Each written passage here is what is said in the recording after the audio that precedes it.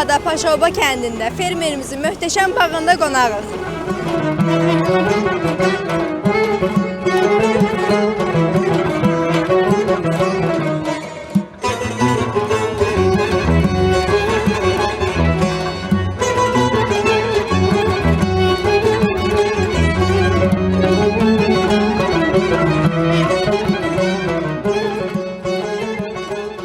Bu hansı növ almadır? Golden. Bu budama prosesi ildə neçə dəfə baş verir? İldə bir dəfə.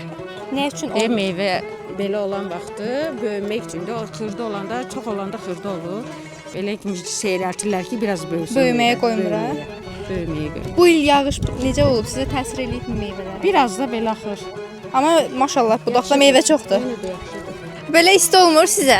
Öyrəşmişik də. Gündən qorunursunuz. Gündən qorunuruq. Öyrəşmişik deyə. Dərdiş olmuşuq.